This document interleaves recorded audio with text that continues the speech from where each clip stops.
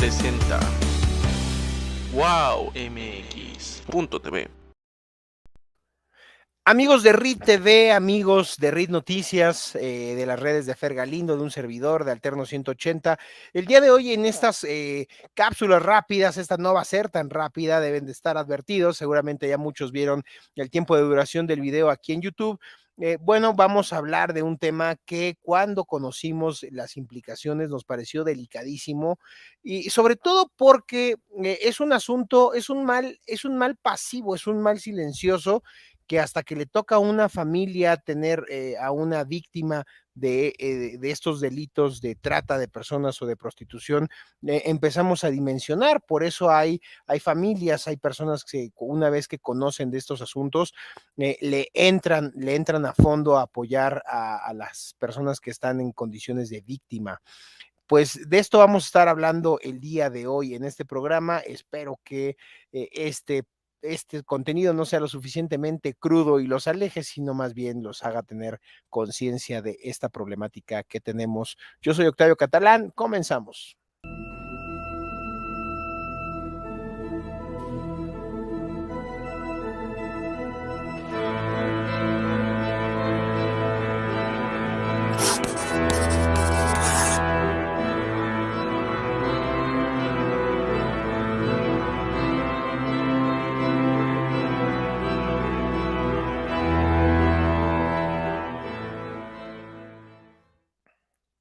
Mi querida audiencia, qué gusto tenerlos otra vez en un video más aquí siguiéndonos. Yo les voy a pedir encarecidamente, sabemos que lo pedimos siempre al término de los programas, pero que en particular lo compartan, le den, activen las notificaciones, se lo manden a las familias que puedan, porque hacer conciencia del problema del que hoy vamos a tratar es un asunto sustantivo para tratar de reactivar, para tratar de rehacer el tejido social que en una parte de la sociedad está severamente fragmentado.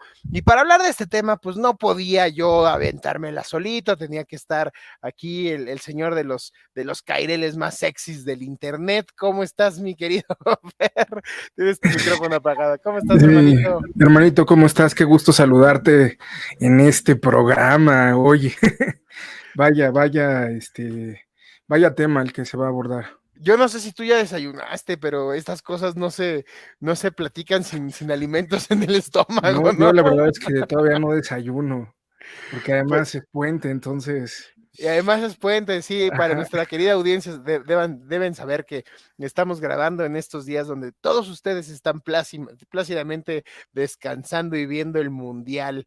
¿Cómo viste, mi querido Fer, la goliza, la humillada que le metieron a los catarís en el partido inaugural? Pues no la vi, me enteré mientras iba a comprar cebolla, entonces Ah, ok. ahí estaba el amigo. Para llorar más el día de hoy. Muy bien. Oye, pues yo tengo miedo de estos catarís de que digan, me metes gol en casa, hay tabla, ¿no? Me metes 2 goles, hay bomba, boom, ¿no? Bueno, además tú sabes perfectamente que este tipo de países pues, han financiado grupos terroristas a diestra y siniestra. Y por cierto, no los han bombardeado. No, y bueno, ya le dedicaremos todo un programa a la hipocresía de la FIFA, con respecto a hacer un mundial, una fiesta deportiva en un país con características de estas. Pero bueno, vamos a entrarle al tema que nos ocupa, y el día de hoy tenemos una invitadaza que ya alguien de la audiencia, sobre todo quien nos sigue en Wow TV, seguramente pues la conoce porque es de casa, y es Carla de la Cuesta, que está al frente de la Fundación Alas. Carlita, ¿cómo estás? ¿Cómo están, Octavio, Fer? Qué gusto saludarlos. Muchas gracias por la invitación. Muchísimas gracias. Así como vemos, vas a deber el desayuno, algo cargado, algo que nos haga tener ánimo para seguir la vida. Por lo menos un cafecito, Al caray. menos un cafecito, caray. Si no, sí está pesadón. La verdad es que sí, quisiéramos no tener que escuchar de estos temas, pero yo creo que es muy necesario comprender que todos estamos expuestos a lo que, no solo que alguien de nuestra familia sea víctima, sino a todo lo que permea negativamente a través de, pues, de estos delitos tan terribles que México y el mundo está viviendo, ¿no? México definitivamente lo vive en una medida gigantesca, pero honestamente no podemos decir que México y otros países están de maravilla. En realidad es una pandemia, ¿no? Este tema tan terrible. Oye, recientemente estuviste en la Cámara de Diputados justamente tratando este tema en un foro no menor. Sí. Estaba casi con lleno generalizado, uno de los auditorios más grandes de la Cámara.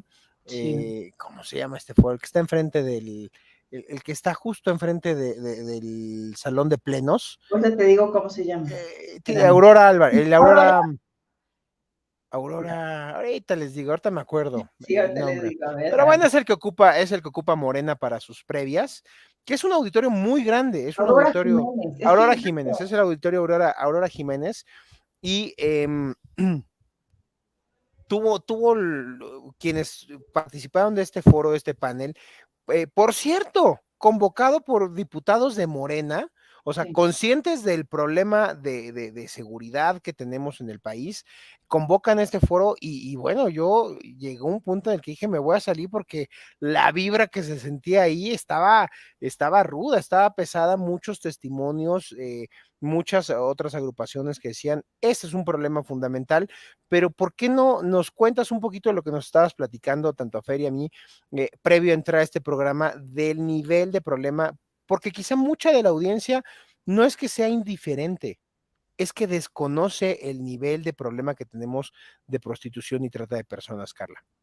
Fíjense, Octavio, Fera, la gente que nos escucha, este foro no solamente estaba lleno, sino déjenme decirles que había muchísima gente que se quedó afuera, que no pudo entrar, que estuvo más de una hora esperando, y yo también me quedé impactada, ¿no? Porque generalmente son temas que la gente no quiere escuchar, porque como tú bien dices, son muy duros, y convocó a las abiertas y la Comisión de Derechos Humanos de la Cámara de Diputados, que encabeza la diputada Nelly Carrasco, que es de Morena, pero los integrantes de la comisión pues son de todos los partidos, ¿no? Y es muy importante que sea la Comisión de Derechos Humanos pues en el recinto pues de los más importantes que pudiéramos decir en México, la Cámara Federal. ¿Y por qué es importante que convoque la Comisión de Derechos Humanos?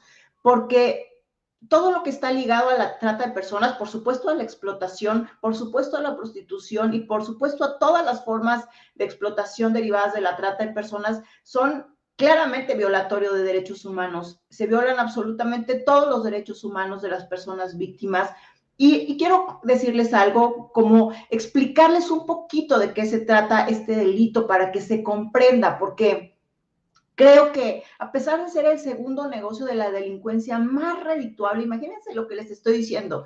Fíjense este dato. Esto quiere decir, o sea, si estamos diciendo que es el segundo negocio de la delincuencia más redituable, quiere decir que se gana prácticamente el mismo dinero de vender drogas que de vender personas.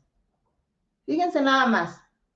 ¿Y saben por qué es esto? Porque una droga tú la vendes una vez. Tú tienes, no sé, una bolsita de coca o no sé cómo se venda la droga, o un churro, no sé, tú la vendes una vez. A una persona la vendes 30, 40, 50 veces al día. Todos los días. Entonces, el negocio de la trata de personas es un negocio pues que alcanza niveles estratosféricos. Y quiero decirles que se estima que hoy hay más esclavos que en cualquier otra época de la historia, sumando por lo menos unos 40 millones de personas en esta condición de esclavitud. ¿Y por qué? Porque la trata de personas tiene muchas variantes, no solamente es la explotación sexual o la explotación de la prostitución ajena. O sea, tú no puedes quitarle el dinero a alguien que está en una supuesta situación de prostitución, pero hay otras formas que se las quiero mencionar rápidamente porque es parte de lo que viste, Octavio, en este foro. Tuviste personas que tenían a sus hijos desaparecidos, a su mamá desaparecida, a su hija desaparecida. ¿Y qué es lo que sucede? La trata de personas en nuestra ley mexicana tiene 11 fines.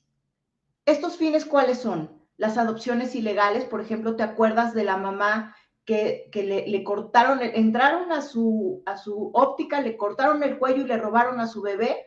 Tiene más de 10 años que además este criminal está en la cárcel, pero no quiso decir nunca qué hizo con el bebé, con la bebé, María José Monroy Enciso, a pesar de que ya está en la cárcel, y se presume que es una adopción ilegal y que pudiera esta niña, esta pequeñita, estar en España. Entonces, ¿esto por qué es una posible trata de personas? Porque el fin pudo haber sido una adopción ilegal, explotación laboral, trabajos forzados, mendicidad forzada, que lo vemos día con día en nuestra vista, en nuestros ojos, cuando el Estado debería garantizar los derechos básicos de los niños, y vemos los niños ahí pidiendo en mendicidad, y el 90% va a ser mendicidad forzada. ¿Qué quiere decir eso? Que les quitan su dinero, que son niños que están en condiciones no solo de pobreza, sino de explotación.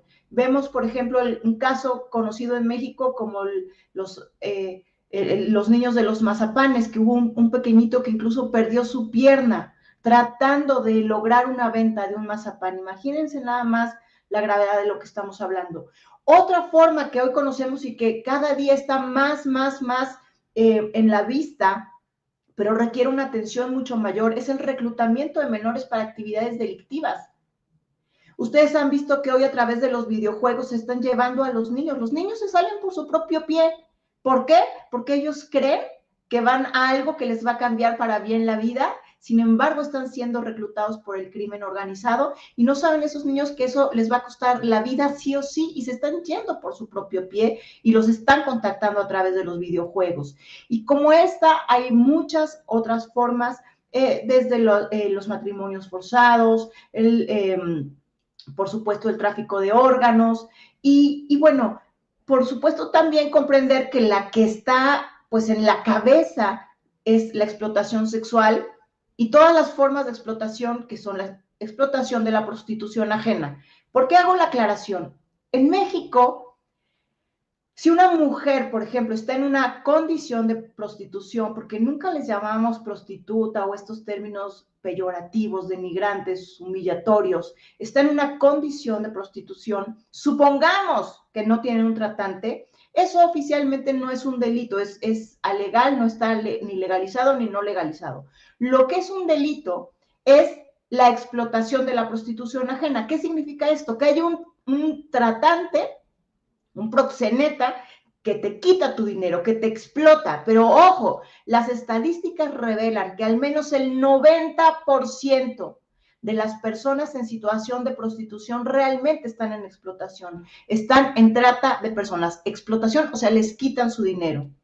Y esto es muy importante comprenderlo porque nos hemos acostumbrado tanto a estas zonas de tolerancia, a estos tables, a estos lugares que creemos que son un lugar donde nos podemos divertir sin comprender que lo que está pasando ahí, créanmelo, no importa cuánto las agendas del lobby proxeneta quieran defender que esto puede ser un trabajo, créanme, tenemos 10 años de conocer sobrevivientes y créanme, al menos el 90% son mujeres explotadas y en una condición de violencia estratosférica.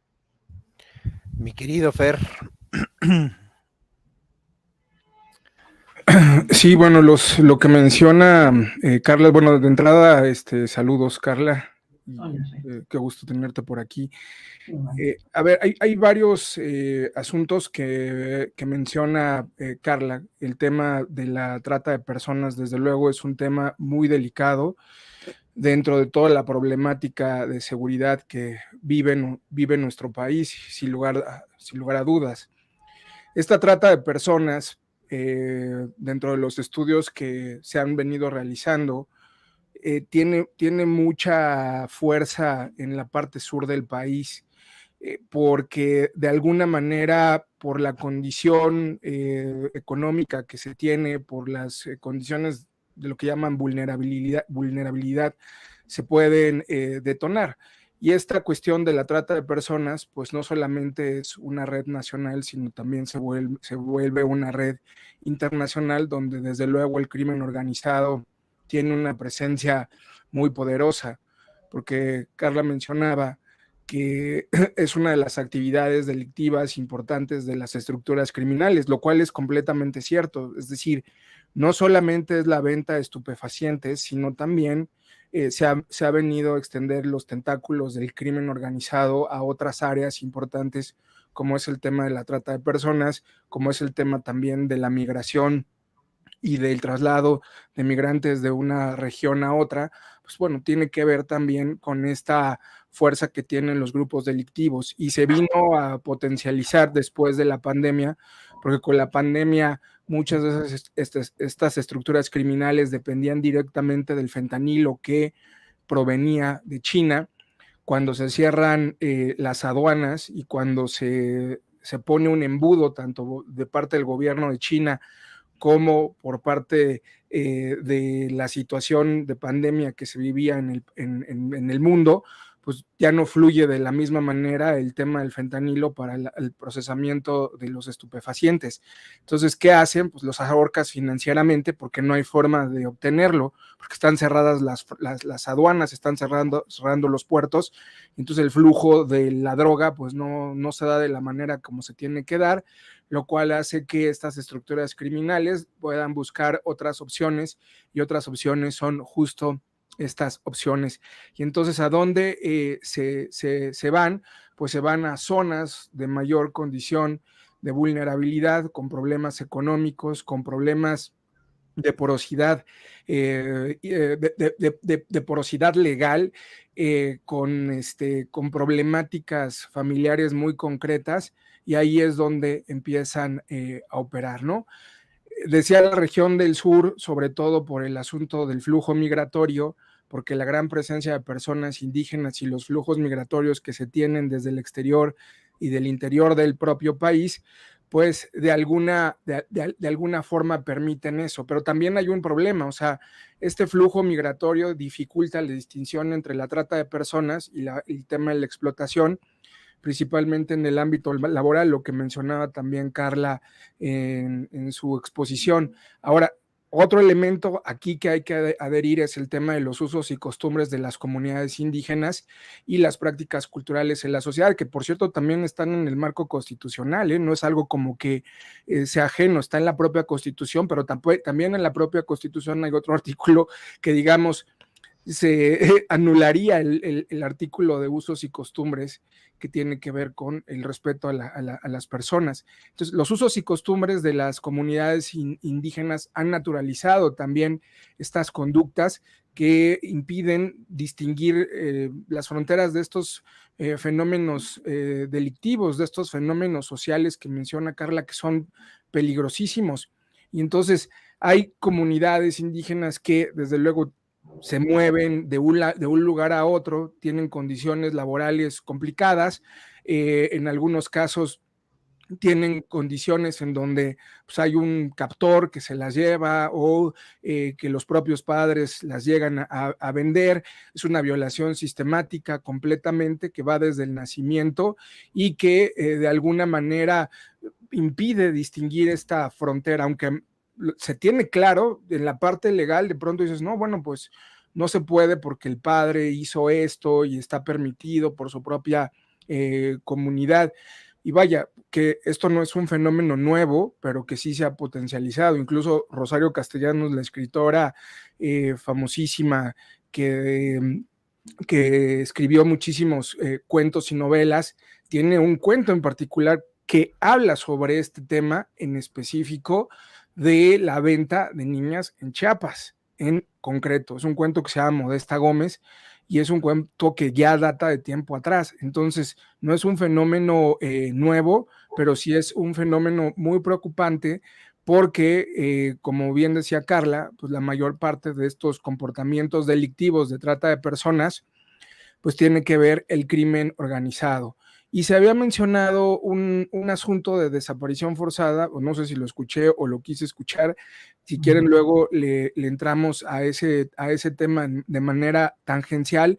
Lo cierto es que la inseguridad se mantiene como uno de los principales problemas del país, y dentro del tema de la inseguridad se incorpora el tema de la trata de personas, ¿no? Porque no solamente es una percepción, es un tema real que afecta directamente en la procuración de justicia y en la investigación sobre delitos de este orden, porque no hay dinero para poder hacerlo, porque están acotados los presupuestos y los financiamientos, se está gastando en otras cosas que no son significativas, como lo tendría que ser este caso. No me toques ese son porque entonces entro al tema de los desvíos y las prioridades del presupuesto de este gobierno y me enojo mucho, mi querido Fer.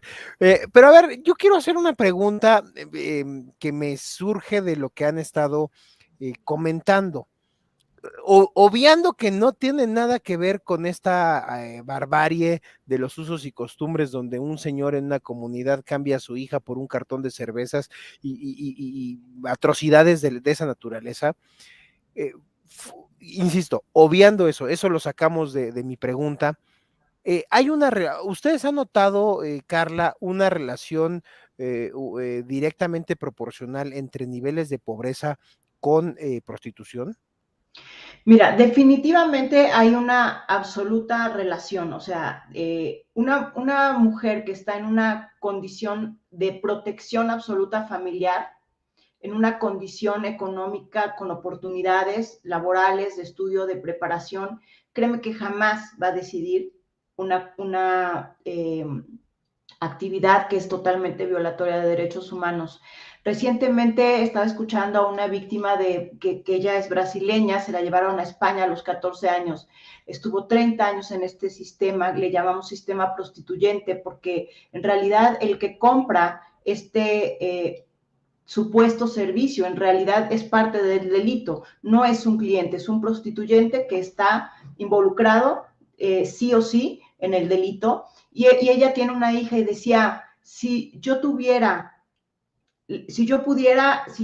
que mi hija va a estar en este sistema como estuve yo, prefiero verla enterrada, prefiero verla muerta, porque lo que una mujer en este sistema tiene que vivir, no se lo deseo ni a mi peor enemigo. Aún si no está siendo explotada, lo que tiene que vivir con las personas que vienen a comprar estos supuestos servicios es totalmente humillante y violatorio de derechos humanos. Pero quiero decirles algo muy importante. Aunque Fer tiene razón en absolutamente todo lo que comentó, este negocio delictivo ha llegado a tales niveles que quiero que me escuchen algo que es muy importante mencionar. Todas las familias están expuestas. Todas las familias están expuestas. ¿Por qué lo sé? Porque lo he vivido en carne propia, porque lo he visto con mis propios ojos a través de cientos de casos. Por ejemplo, recuerdo uno de los primeros casos que conocí hace 10 años de María Fernanda Tlapán Curibe, de una familia tan normal como la de ustedes y como la mía. Fer tenía 14 años, hoy tiene más de 10 años desaparecida. Cuando ella iba a ser como su propedéutico para pasar a la prepa, venía en el transporte con su amiga. Un día desapareció y no se le volvió a ver nunca más hasta ahora, 10 años después. Su mamá, Rocío Tlapán Curibe, me decía en ese entonces, y sigo en contacto con ella, me decía, Carlita, yo cuando abrí su Facebook, en ese entonces solo veía Facebook, si acaso conocía a 20 de los 800 amigos que ella tenía en esta red social.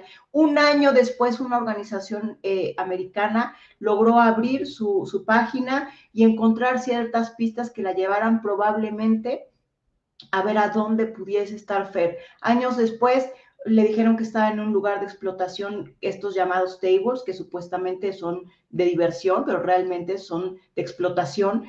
Fueron a buscarla a Puebla, ya se había desmantelado ese bar. Después escapó una chica de otro lugar de este tipo en el norte del país y le dijo, su hija está aquí, dio señas y dio toda su declaración a las autoridades. Y recuerdo pero Fer sigue desaparecida. Y yo no he dejado de ver por 10 años a su mamá llorar una y otra vez y ver desmoronarse a esa familia. Y como te cuento este testimonio, les puedo contar todos los que se puedan imaginar, porque créanme lo que les digo cuando les digo, lo repito, valga la redundancia, todos estamos expuestos. Por eso es un negocio que está en la cima. Es como si dijéramos, solamente se droga la gente que no lo quieren en su casa. No, pues no es cierto. La verdad es que todos nos podemos drogar y todos, cuando estamos sobre todo adolescentes, todos podemos estar metidos en una situación que nos lleve de una cosa a otra. Lo mismo pasa con la trata de personas. Todas las familias están expuestas y esto quiero que lo comprendan. Y quiero decirles otro dato muy importante. Si bien el 90% de las víctimas, principalmente de explotación sexual, son mujeres, ojo con esto, casi el 50% de los tratantes, ¿qué creen? Son mujeres. Fíjense esta situación tan compleja. 90% de las víctimas son mujeres, pero también casi 50% de los tratantes son mujeres. Y esto es importante entenderlo porque si llega un hombre y yo tengo bien así como la información, a lo mejor desconfío, pero si llega una mujer, no desconfío, porque pienso que una mujer no me puede hacer daño. Y las mujeres también están involucradas en el delito. Ahorita vamos a escuchar un testimonio importante, porque no queremos tocar solamente su intelecto, queremos tocar su corazón, que esto se trata de seres humanos que valen tanto como cada uno de nosotros. Y no me dejará mentir ella que gran parte de las chicas que conocemos, su tratante era una mujer. La otra chica una chica que me gustaría que en algún momento conocieran, ella estuvo en Sullivan por muchos años. Esta zona aquí en la Ciudad de México, una zona de tolerancia que todo el mundo cree que ahí está en nuestros ojos y nos vale, casi nos tapamos los ojos, ¿no? A los niños para que no vean. Bueno, yo le decía, dime por favor, Diana, ¿cuántas de las chicas que están ahí realmente no están explotadas? No tenían tratante. Y me dice, por lo menos el 90% tenemos tratante. Eso quiere decir que entregan todo su dinero y apenas les da para una sopa Maruchan, para una torta al día. Y su tratante también era una mujer, ¿no? Y así te puedo contar muchos casos que creo que es importante. Y quiero darles un dato más. El 90% de las víctimas de trata de personas con fines de explotación sexual fueron primero víctimas de abuso sexual infantil. ¿Esto qué quiere decir? Que no solamente el contexto de pobreza, de desprotección, pudiera ser un factor que predomina. También este contexto de violencia previa, que siembra un terreno fértil. Entonces yo solamente les quiero decir, si tú pagas por estar con una mujer, aunque ella parezca que se está muriendo de la risa, puedes estar seguro que el 90% de esas personas, puedes estar seguro que fueron niñas abusadas sexualmente, y yo no sé si hay alguien que eso no le importe verdaderamente. Oye, Carla, antes de entrar a este programa, decías que quien nos va a acompañar hoy para dar su testimonio, tú ya harás la presentación en unos momentos más, es sobreviviente a este delito. Y entonces te preguntaba, ¿sobreviviente? A ver, explícame un poquito más. Y creo que muchas personas de la audiencia nunca han ni siquiera imaginado que pueden tener dentro de su círculo familiar a una mujer que puede ser víctima de esto, pero cuando son víctimas de esto, que lleguen a un punto de sobrevivencia es una posibilidad muy baja. Es una posibilidad muy baja. Se estima que solamente máximo el 2% de las víctimas sobreviven.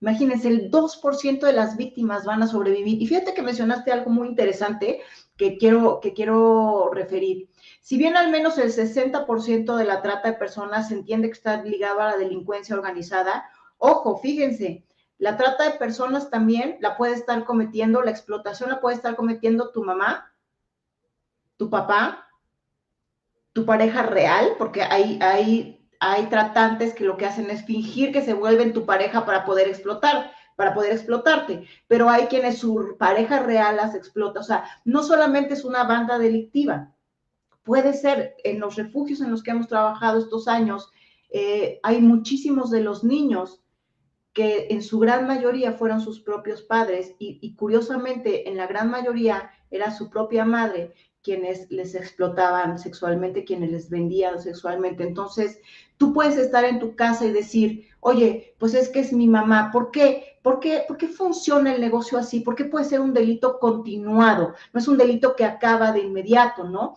Porque siempre van a, hay distintos, esto es unas ramificaciones gigantes, ¿no? Pero si te hacen creer que es tu pareja, o si es tu mamá, o si es alguien con quien tienes un vínculo de lealtad, siempre van a estar como con esta sensación de tú me la debes, yo soy tu mamá, me tienes que ayudar, yo soy tu pareja, lo tienes que hacer por mí. Vas a ver ahora en el testimonio cómo viene esta manipulación. Por eso nuestra ley en el artículo 40 dice claramente que el consentimiento de la víctima no excluye de responsabilidad penal al victimario, porque sabemos que es una voluntad viciada.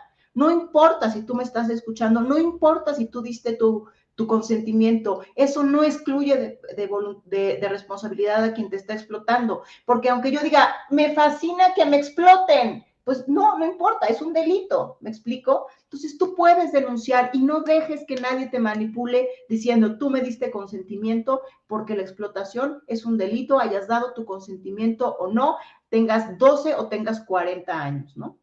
Oye, decías, solo el 2% de las personas víctimas de este delito sobreviven. O sea, estábamos hablando de que el propio cuerpo de una mujer no aguanta esta intensidad en los excesos que hay contra su cuerpo, en la explotación sexual, la mala alimentación por la que pasan, la violencia física a la que son expuestos. Y además, es muy posible que termine o en un asesinato o en un suicidio. ¿Es correcto esto que... Totalmente, totalmente. Y siempre hemos escuchado en las víctimas, al menos el 90 sufren una violencia física brutal, golpes con cables, con todo tipo de cosas, quemaduras. Todas también nos reportan que tienen una alimentación terrible. Mira, los abusos nos han dicho, porque no pagas por estar con una mujer, son violaciones, y estas violaciones, aunque hayas pagado por violar, nos reportan las víctimas que van de 30 a 50 violaciones de estos prostituyentes al día, de estos que se creen clientes, que se creen los hombres que van a pagar por el servicio. ¿Tú crees que una mujer realmente puede soportar su cuerpo, esas violaciones 30, 50 veces al día? Y el hombre que paga todavía piensa que la chica está realmente pasándosela padrísimo. ¿Cómo podría esto suceder? Esto es absurdo. Por otro lado, pues claro, el suicidio, el feminicidio, las víctimas siempre son, al menos en el 90% de los casos, son amenazadas de que si ellas huyen las van a matar, lo cual se concreta. Y ojo, les quiero decir algo, esto no solamente pasa en áreas donde, digamos, la explotación sexual pudiera presumirse por la condición de pobreza. Créanme que en las mejores páginas de internet que ustedes puedan encontrar, porque conocemos a las víctimas, en las páginas que parecen, wow, que las extranjeras se están llenando de dinero, créanme, ninguna está libre de trata, ningún table, por más súper fino que parezca, créanme. Conocemos una chica que vino a uno de estos, la trajeron con engaños a uno de estos tables que había en la Ciudad de México, y ella se dio cuenta muy rápido de lo que iba a pasar, y ella metió su pie en el elevador para tronárselo. Imagínense lo que les estoy diciendo, porque sabía que era la única forma que iba a poder escapar, y eso fue, imagínate a qué punto tienes que llegar para que te truenes el pie en un elevador, porque sabes que es la única forma que vas a poder escapar. Otra chica que trajeron de Monterrey a uno de los tables super nice que había aquí en la Ciudad de México, cuando, o sea, fue engañada, llegó, y el día que llegó, los 10 meseros la violaron, diciéndole que era pues como su bienvenida, cuando ella se supone que solamente iba a ser mesera. 10 meseros la violaron. Por eso cuando un antro de este tipo se cierra, todos se van a la cárcel, ¿no? Es un tema tan amplio que no acabaríamos, la verdad, pero sí quiero que sepan que jamás, jamás, jamás es permitido, ¿no? Mi querido Fer, antes de entrar con pues con la siguiente persona que va a estar aquí en el panel, ¿quieres comentar algo más? Sí, que, a ver, todo esto que vemos del fenómeno de la violencia, de lo de trata de personas, de lo de las desapariciones forzadas, de la brutalidad con la que luego se perpetran los crímenes. Ese mundo criminal no es un mundo aparte de nuestra sociedad, ¿no? Es decir, de alguna manera el crimen organizado y las conductas criminales están también muy arraigadas en nuestras propias conductas como sociedad. Las organizaciones criminales funcionan como redes sociales que se van entrelazando con las altas esferas, con la élite, con la clase política, pero también con las esferas cotidianas de los ciudadanos de a pie. Carla decía que muchos de los casos de trata hay mujeres involucradas, desde luego que sí, y también familiares involucrados, desde luego que sí. Es decir, este fenómeno criminal tiene que tener el respaldo también de las propias familias. Pues nada más ve las estructuras criminales de los grupos, de los cárteles, todos son estructuras familiares, son amigos, son conocidos, son estructuras, son empresas familiares que de alguna manera distribuyen sus cotos y permiten que funcionen así. Bueno, ese mundo que vemos allá arriba, porque pues, dentro de los cárteles hay también niveles, pues lo vemos también reproducido al muchísimo más bajo nivel, a la escala más pequeñita, que también puede ser muy peligrosa, porque generalmente cuando hablamos de crimen pensamos en los grandes cárteles, pero también hay grupos muy pequeños que son estructuras familiares delictivas, donde está el tío, el papá, la mamá, los primos, todos coludidos y tejiendo una red de trata de personas muy, muy fuerte y que va tendiendo redes con otras estructuras del mismo orden. Es decir, esto está muy arraigado en nuestra sociedad y también nos habla de nosotros como un perfil criminológico. Lo que pasa es que a veces no queremos verlo así, queremos decir que en México no ocurren, que ese es un mundo aparte, que eso es un mundo completamente distinto, pero no. Si lo viéramos desde una perspectiva de análisis mucho más profundo, tendríamos información clave para entender los fenómenos patológicos que están en nuestra sociedad. ¿Cómo los ven los ciudadanos? ¿Qué tanto se sabe de ellos? ¿Qué tan cercanos son estos perpetradores a sus comunidades locales? ¿Qué tan fuerte es el rechazo moral de la sociedad frente a estos temas que mencionaba Carla? ¿Qué tan dispuestos estamos como sociedad a intercambiar temas que tienen que ver con, a ver, yo no me voy a meter con este grupo criminal a cambio de que me dé tranquilidad, no voy a decir nada porque voy a tener paz, pero a cambio pues va a haber impunidad. O sea, este tipo de preguntas tendríamos que estarnoslas haciendo y justo estos casos que se muestran pues nos permitirían tener mayor claridad al respecto si se estudiaran y se investigaran como debe ser.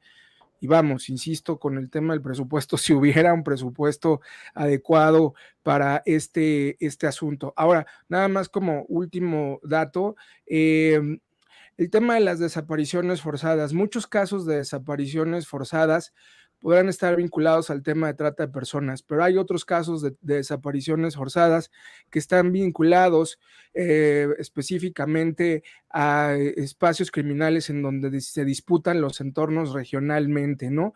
Hay una cantidad de desaparecidos en México que se acerca a los 107,000 personas desaparecidas, un poco más. Esto sigue creciendo y tenemos también dentro de este grupo de desaparecidos personas o restos humanos que se han ido encontrando en distintos lugares que no se sabe bien a quién pertenecen, porque para eso necesitas hacer pruebas de reconocimiento para que podamos observar si ese resto que está ahí corresponde a algún tipo de persona, como en el caso de Ayotzinapa. Ayotzinapa, por ejemplo, es un caso de desaparición forzada, muy concreto, en donde la lógica fueron el actuar de grupos criminales coludidos con la autoridad en específico.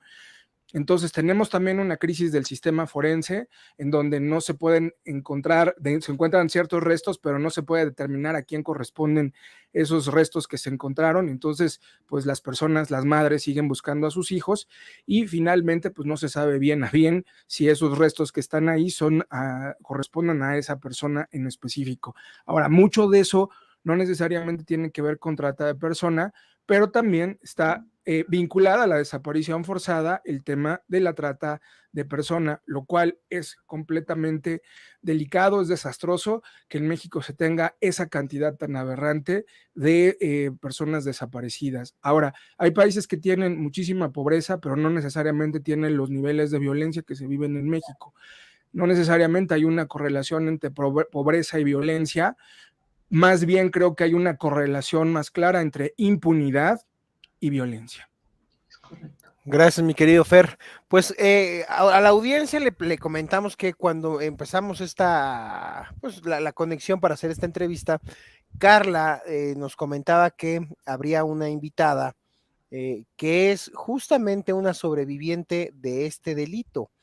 Y esto se hace con el principal interés, con el principal fin de que la audiencia que esté viendo estos programas vea que esto es de carne y hueso, que esto no es una cifra, esto no es la estadística de muertos, esto no es la estadística que vemos en los periódicos todos los días, que tiene rostro y que es algo que hay que frenar ya. Entonces, Carla, si quieres presentar a pues nuestra invitada.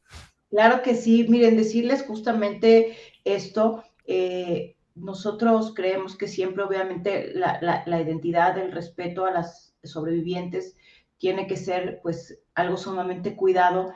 En el caso de Mitzi, que ya es, pues, aunque se ve muy jovencita, ahorita la van a ver, pues es toda una mujer que ella en el pleno uso de sus facultades, de sus capacidades, comprende la importancia y ha sido sumamente valiente en dar pues su rostro, su voz, porque como dice la ONU, creo que las sobrevivientes somos quienes debemos liderar el camino, porque tú puedes, como decía hace rato, ver a los ojos a la persona directamente y no se vuelve solamente como un mito, eso pasa y esa persona ya no me representa, no toca mi corazón. Yo te pido que escuches a Mitzi con todo el respeto que ella merece y yo estoy segura que va a tocar tu corazón, porque así como ella, todas y cada una de las sobrevivientes que hemos conocido, pues tienen una historia de dolor que vale la pena ser escuchada para que nunca más volvemos a formar parte, ni normalizándolo, ni siendo indiferentes, ¿no? Entonces, Michi, te doy las gracias por estar aquí y que nos puedas compartir, pues, lo que tengas en tu corazón el día de hoy para compartirnos. Mixi, Hola. bienvenida. Hola, mucho gusto a todos. Que es un placer estar aquí con todos ustedes. Gracias por el espacio y por la invitación. Pues como decía Carla, más bien como decía el anfitrión, no son estadísticas nada más. Las víctimas tenemos un rostro, una vida, una historia que contar. Y pues sí, contarles un poquito de mi testimonio. Yo vivía con mi mamá cuando tenía pues toda mi infancia hasta que ella falleció. Ella fallece cuando yo tengo 13 años y a los 13 años me quedo con mi hermanastra. Ella finge ser una excelente persona, era una mujer casada, tenía 5 hijos y tenía un negocio próspero, ¿no? Porque tenía una casa grande, tenía coches. Y a mí me aceptó y me recibió diciéndome que iba a tener una vida pues de ensueño, ¿no? Una vida pues normal, con una familia, que iba a estar bien, que ella me iba a cuidar y todo eso, ¿no? Pero al final pues ella terminó explotándome laboralmente. Yo era su empleada doméstica y no tenía ningún tipo de salario, además de que cuidaba a sus 5 hijos. La mayor tenía 10 y el más chiquito era un bebé de 2 años. Y yo tenía 13, 14, ¿no? Entonces, pues sí, para mí la carga física era muy, muy extenuante porque no comía, no dormía y mi rutina empezaba a las 5 de la mañana y no paraba hasta las 2 de la mañana que mi hermanastra llegaba y me pedía que le diera de cenar y que le diera un masaje en los pies y en la espalda, ¿no? Porque estaba muy cansada de estar todo el día en la calle trabajando. Y ella me decía que trabajaba cuidando unos taxis, que ella tenía una flotilla de taxis y que se iba todo el día para pues cobrarle a los taxis y vigilarlos y cuidarlos y no sé qué. Pero pues esto era mentira. Con nosotros llega a vivir una chica que se llama Dulce. Y Dulce me cuenta la verdad de su trabajo. Resulta que mi hermanastra estaba en situación de prostitución y su esposo lo consentía. Estaba de acuerdo y la cuidaba de alguna manera, porque él pues la llevaba a los servicios y la esperaba afuera para que no se le fuera a atravesar algún loco, ¿no? Y cuando me cuenta esta realidad, me dice que es secreto familiar, ¿no? Pero mi hermanastra se entera que yo conozco la verdad y me dice, no te asustes, es como vender pollos, es como tener pues mi changarro, ¿no? Y es algo normal, es de lo más natural. Yo no entendía qué significaba la prostitución, yo no sabía qué significaba eso del masaje con final feliz, o sea, no entendía nada y ella me lo explicó de la manera más bizarra, por así decirlo, porque me dijo que era algo normal, que las mujeres no valíamos solo por lo que tenemos en las piernas, ¿no? Pero pues que ella lo veía como algo muy natural, que eso les daba el sustento suficiente para cuidar, para mantener a sus 5 hijos y para tener pues sus coches y su casa y sus viajes y todo, ¿no?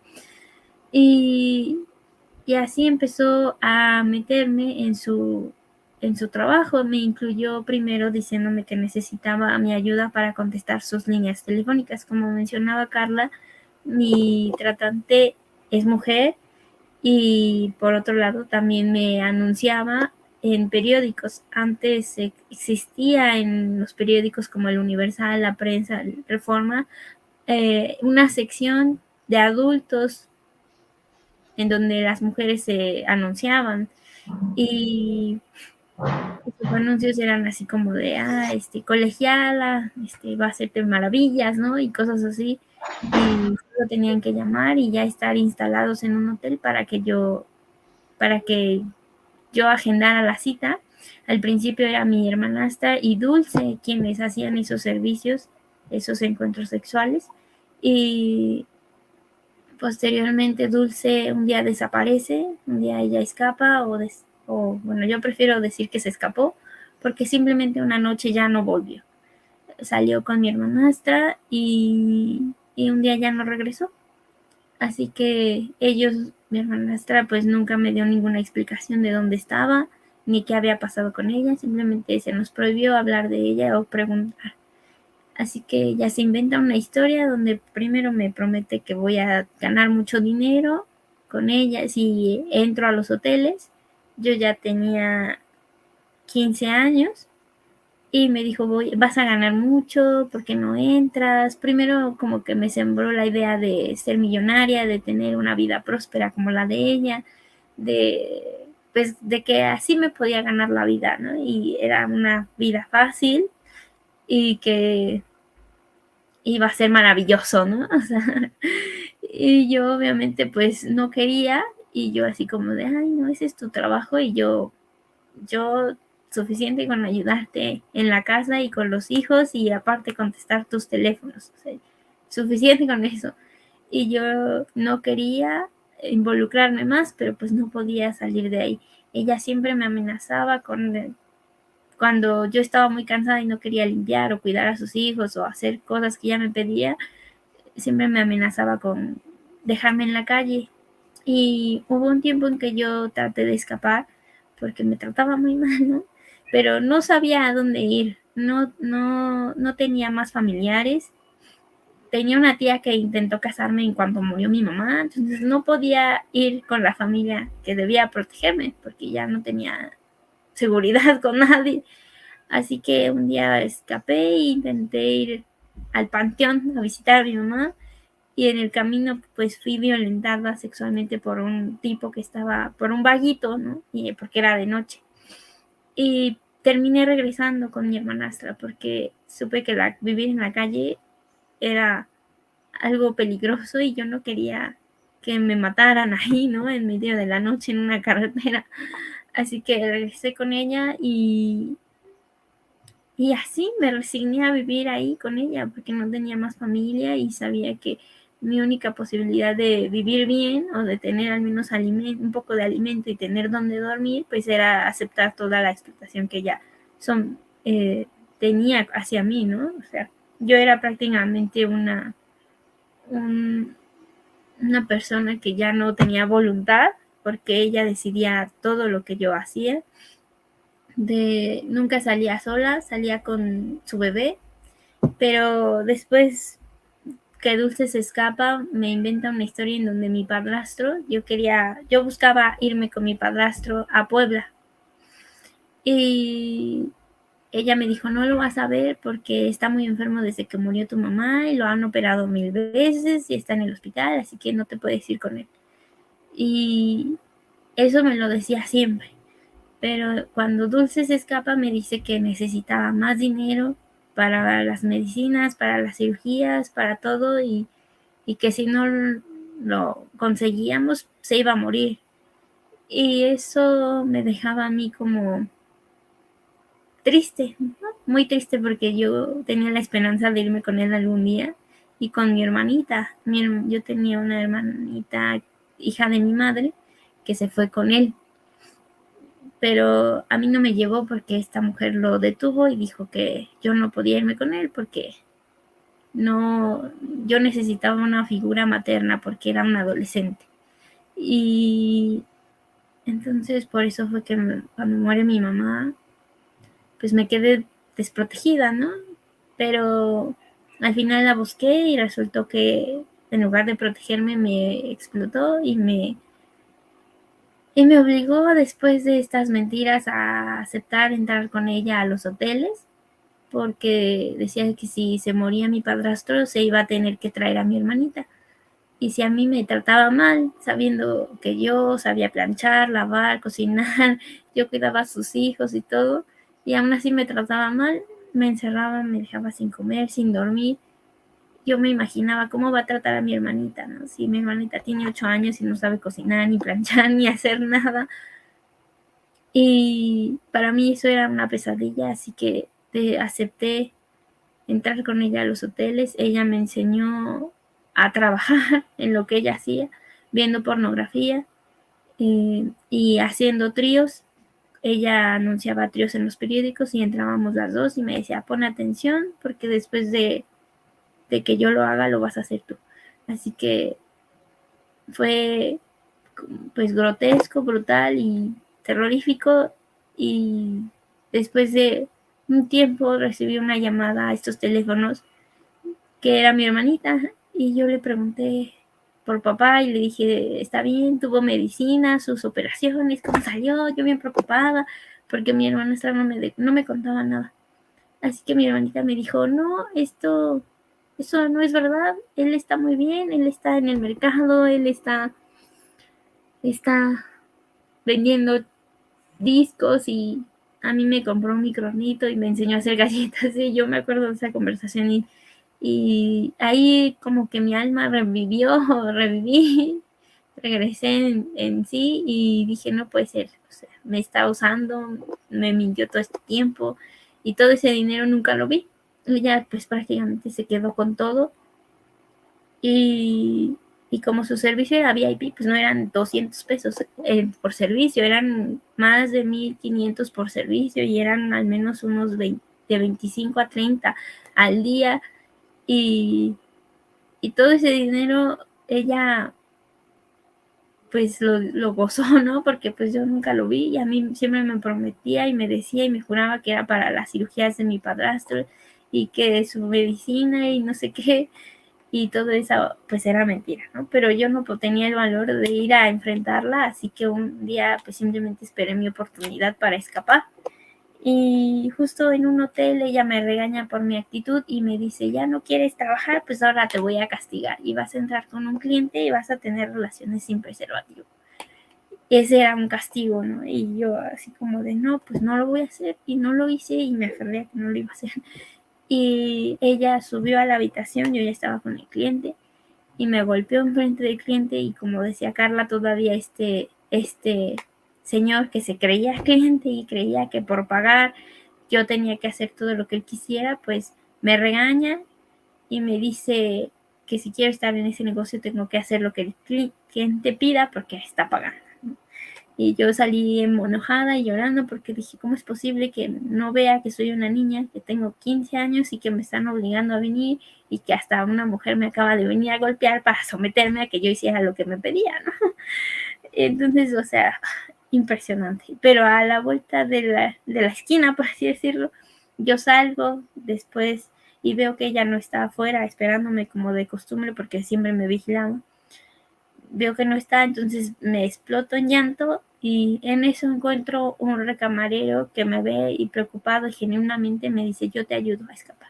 Él me ayuda a escapar y me lleva a denunciar a estas personas. En ese tiempo no había la actual ley de trata, había una ley que no servía y los detuvieron por lenocinio y corrupción de menores a ella y a su esposo porque él también abusaba de mí.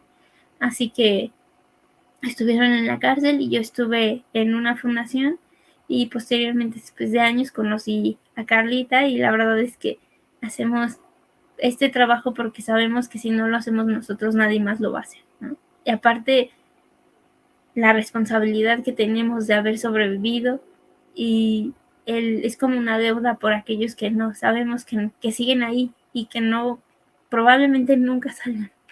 Entonces, pues sí, llamamos a la sociedad a concientizarse, a saber, a no juzgar desde el privilegio en el que viven, porque a todos nos puede pasar.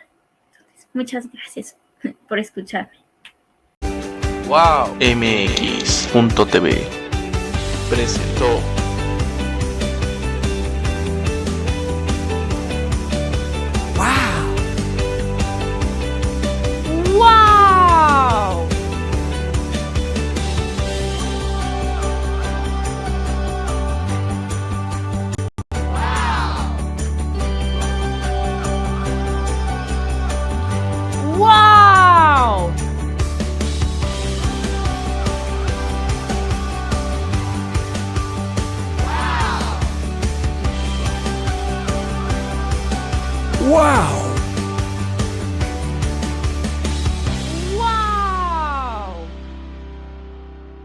Wow. MX.tv